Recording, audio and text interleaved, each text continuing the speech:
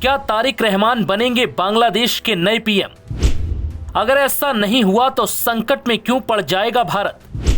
17 साल बाद तारिक के बांग्लादेश लौटने के पीछे क्या मकसद? तारिक रहमान की हार और जीत से भारत पर क्या असर पड़ेगा?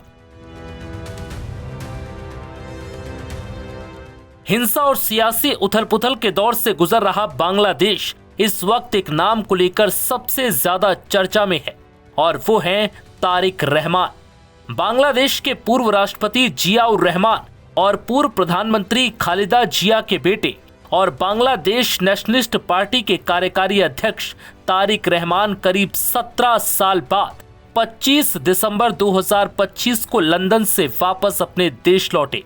इस दौरान उनके स्वागत के लिए बीएनपी के लाखों कार्यकर्ता ढाका एयरपोर्ट पर पहुंचे। हर कोई अपने चहेते नेता की एक झलक पाने को बेताब नजर आया। हैरानी की बात यह थी कि एक नेता जो 17 साल पहले देश छोड़कर भाग गया था, उसके लिए भला इतना प्रेम क्यों?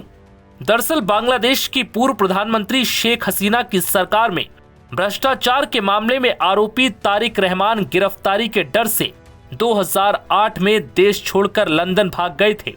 इतने सालों में उनका बांग्लादेश की राजनीति में कोई दखल नजर नहीं आया, लेकिन जब उनकी माता और पूर्व प्रधानमंत्री खालिदा जिया की तबीयत बिगड़ी और शेख हसीना के देश छोड़ने और फरवरी में बांग्लादेश में आम चुनाव का ऐलान हुआ, तो तारिक रहमान को अपनी पार्टी का बड़ा चेहरा बनने का मौका मिल गया। इसके साथ ही तारिक रहमान के प्रधानमंत्री बनने का भी रास्ता साफ हो गया, क्योंकि बांग्लादेश में शेख हसीना की पार्टी आवामी लीग पर बैन लगा दिया गया है, जिससे वो इस चुनाव में हिस्सा नहीं ले पाएगी।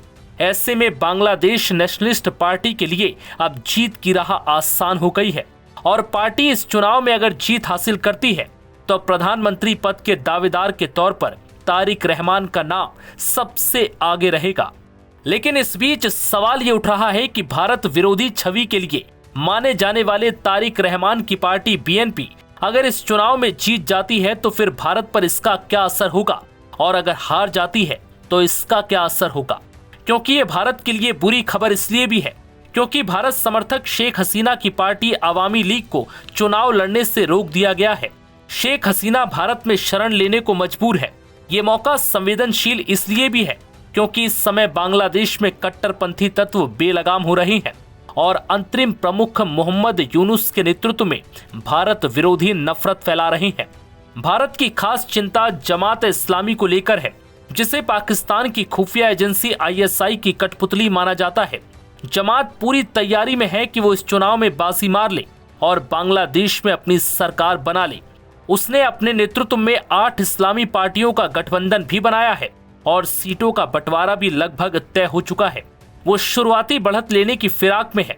परिस्थितियां ऐसी हैं कि भले ही बीएनपी का ऐतिहासिक रूप से दिल्ली के साथ तनावपूर्ण संबंध रहा हो, मौजूदा वक्त में बीएनपी को ही भारत अधिक उदार और लोकतांत्रिक विकल्प के रूप में अब देख रहा है।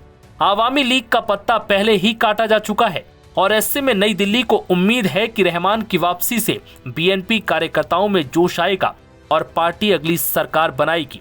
यहाँ दिल्ली के लिए स्थिति ऐसी है कि उसे 2 बुरे में से कम बुरे को चुनना है, जो कि बीएनपी है, यानी कि तारिक रहमान।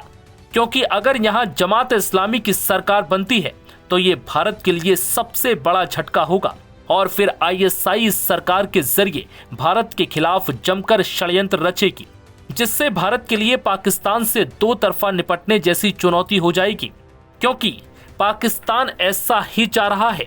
शेख हसीना ने पाकिस्तान से सुरक्षित दूरी बनाए रखी थी, लेकिन उनके तख्तापलट के बाद यूनुस के नेतृत्व में बांग्लादेश ने यू टर्न ले लिया। जिस भारत ने आजादी दिलाई, उसी से दूर होकर आज बांग्लादेश ने पाकिस्तान के साथ घनिष्ठ संबंधों पर जोर दिया है। जमात की सरकार आने पर यह साठगांठ और मजबूत होने का डर है।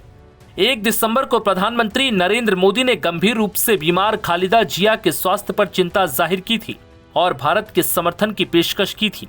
जवाब में बीएनपी ने भी ईमानदारी से आभार जताया।